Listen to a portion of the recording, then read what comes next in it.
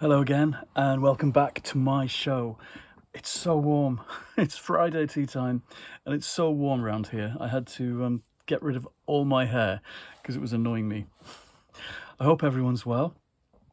Thank you all for your many comments from yesterday's video about me imagining what Doctor Who could become. That's how I felt yesterday.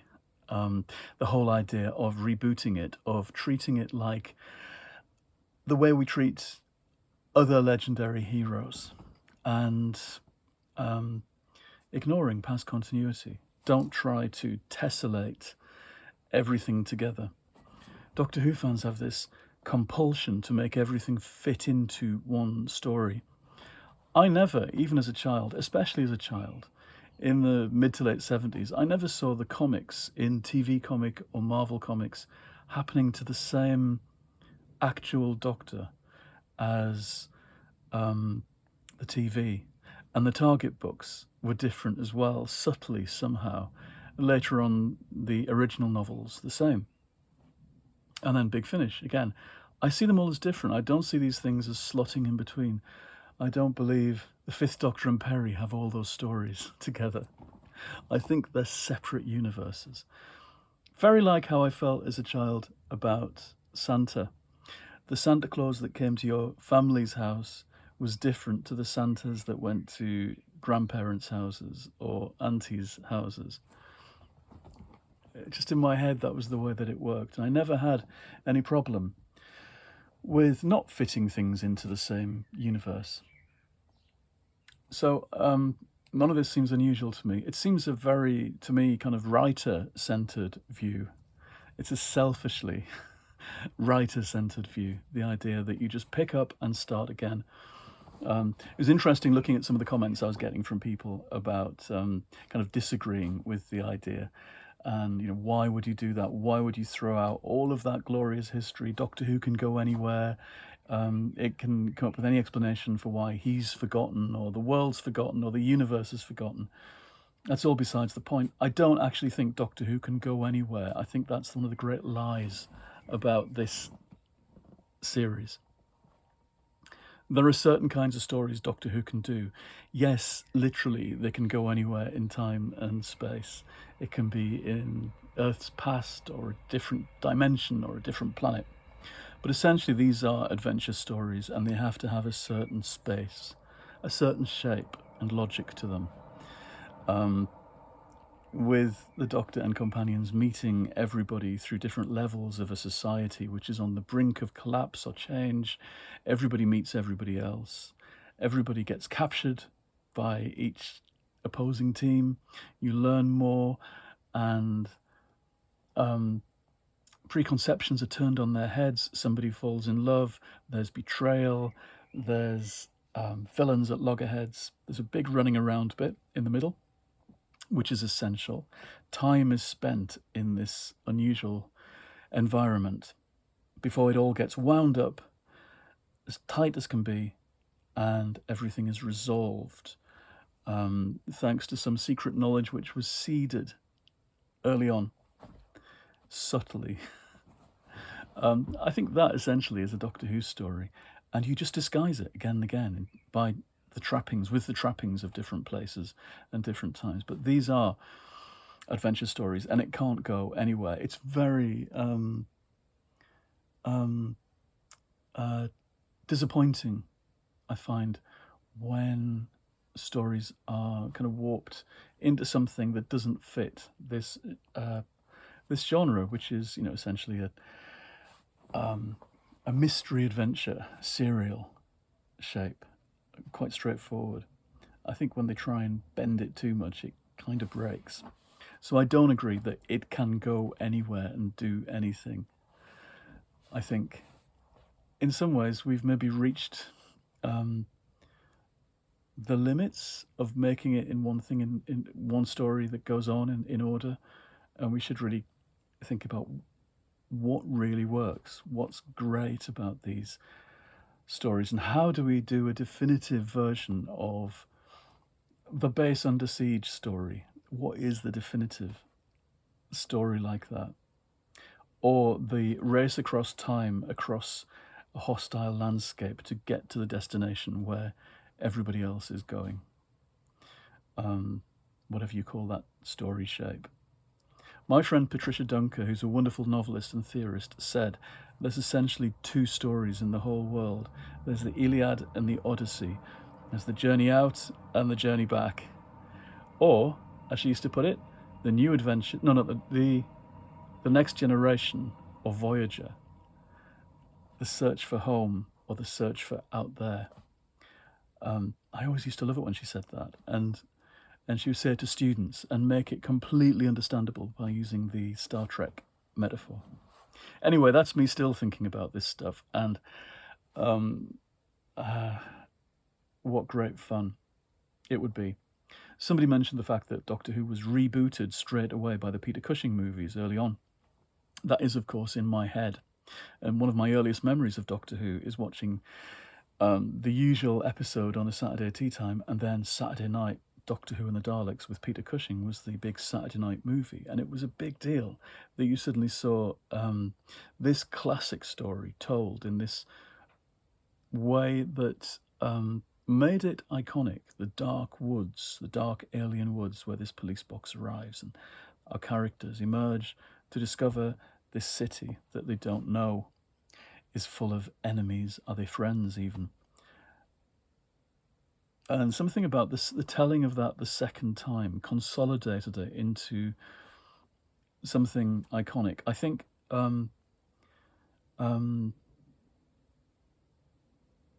it's about things becoming legends, isn't it? And losing their extraneous bits. I was talking before about good stories are things that you can bounce and they come back to you complete, like a good fairy tale. And all the kind of bits that are limited by their expression in time fall away. The limitations of, production. So the fact that things were made in a studio for tuppence halfpenny doesn't matter to the story. The story can be taken from that and made into something else, grander perhaps, or better told. I'm not talking about special effects and improving all of that stuff, making things look better, because I don't believe in that particularly. My test for Doctor Who stories that really work are that if you stripped away all the modern wonderfulness of the way they look and the way they're produced, would they still work in two tiny studio sets made out of cardboard in the 1960s in black and white? And for something like The Well in this year's Doctor Who, it absolutely would. It's about people standing around one lone person who sits on a box, scared. And in another room, there's a hole in the ground that everybody looks into, scared. That's all you need.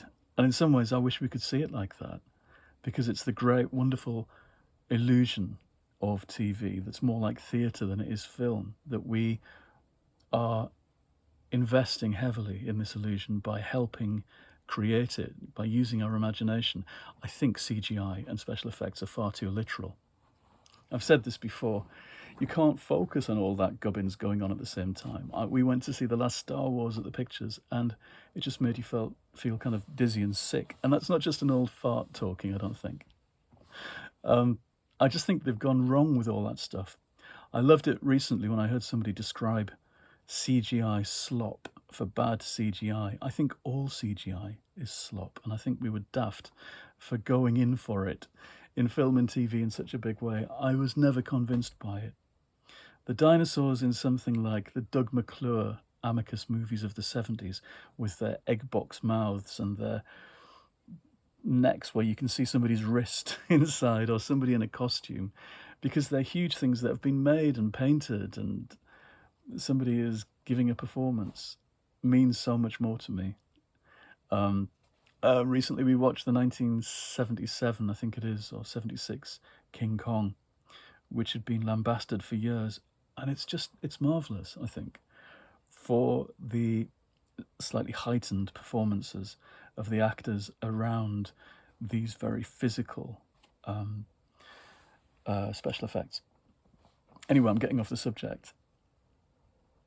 And I know I'll get criticism now from people who think I just want to make Doctor Who look like it was made in a tiny studio set for no money, like it used to be in the old days, with stories that we've all seen before. That's not what I'm talking about, really. It's not just shitey nostalgia, because I wasn't alive in the 60s. I think it's more about what are these stories basically, when you boil them down, what's left, and do they still work? And that's probably as a result of being a target reader, who read lots of these stories before I saw the TV versions. And a novelization that you can read in 2 hours is a great test of whether this story works or not. Because if it can hold the attention of a hyperactive 12-year-old in 1982 on sunny days, it's a well-told story, I think. Anyway, that's more Doctor Who gubbins. You'd be sick of me talking about it. I'm almost finished this. This has been the best thing all week. Remarkably Bright Creatures. Shelby Van Pelt. Talked about it before, but it just gets better and better. I really like the characters. The deadbeat characters. Swimming uphill, as I called them before. And they kind of are.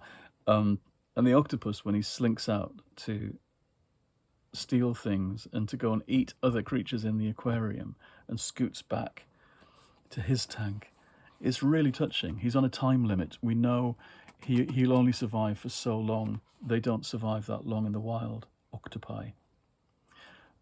So I've got about 30 or 40 pages. I'm going to sit quietly indoors and avoid the heat and finish that, and then move on to something else. And then it's the weekend, and we're seeing people and having a barbecue around somebody's house, and hopefully getting away from work or thinking about work for a bit. This week I've been full on writing this new project, and I can't tell you what it is, but it is Doctor Who-ish.